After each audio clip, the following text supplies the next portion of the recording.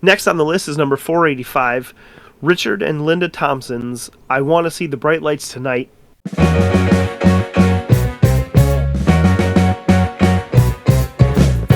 Released on April 30th, 1974 on Island Records. Self-produced out of the UK, coming in at 36 minutes and 55 seconds.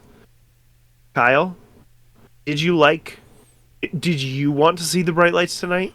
Hey, it's Kyle, just jumping in real quick to ask, do you approve this groove? Let us know in the comments. Give us a quick thumbs up, subscribe to the channel, and join the conversation. I did, actually. I didn't know that going into it, but by the end of it I did. I was pretty happy to check out those Bright Lights. I'm not a big folk music person.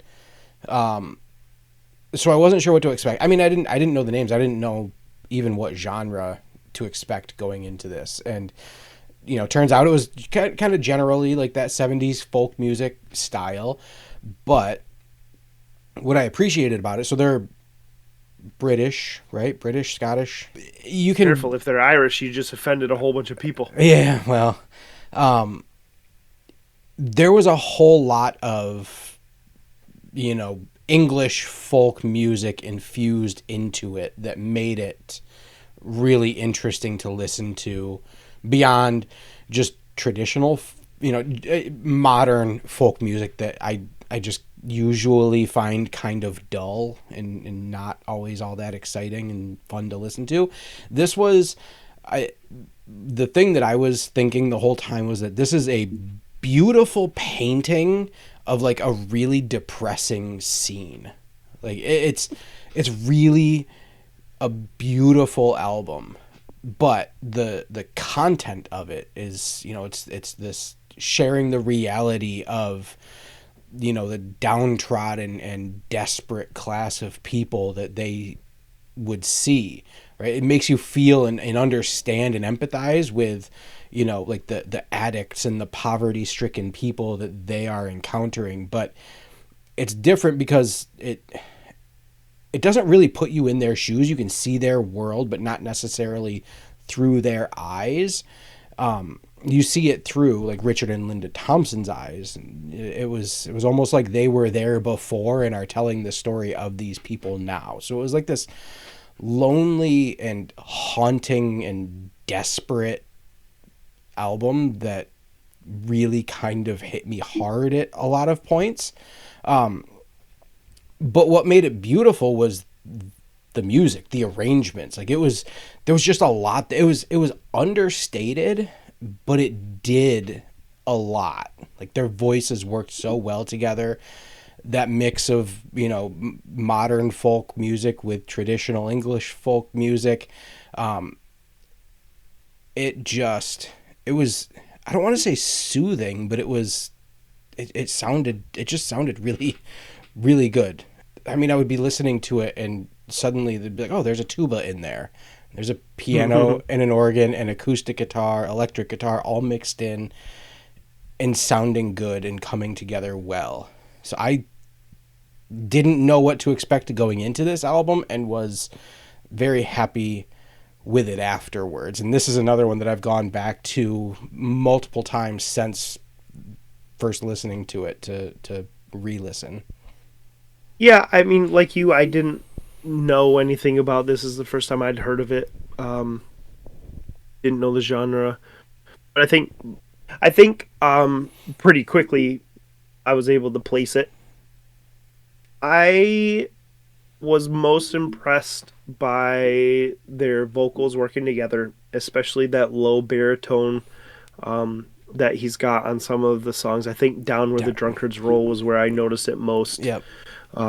That was just cool. I mean, he's exploring the depths, which I can appreciate. This album was re-released in 2004 with some bonus tracks, some live tracks, and Cavalry Cross, which is the second track on the proper album. It was released as a live one, and I was at work listening to that, and that one caught my ear quite a bit. Where on first listen, I didn't catch it, but I really liked that one.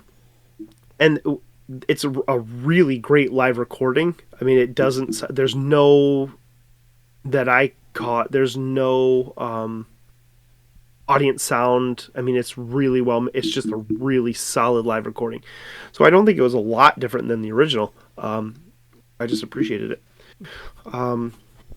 Yeah, my notes on this one, like I said, like you, I revisited this one a few times. This is probably the one I revisited most, and I think it's because at first listen, it didn't catch me. So I really wanted to give it an honest try. So yeah, I really like Down Where the Drunkards Roll.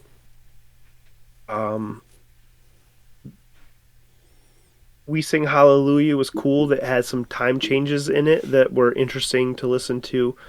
Fun to kind of try to count along with. Also, there's kazoos. I think, like, I don't know, it sounded like kazoos. That was just fun. But yeah, Cavalry Cross Live was my favorite one of this album.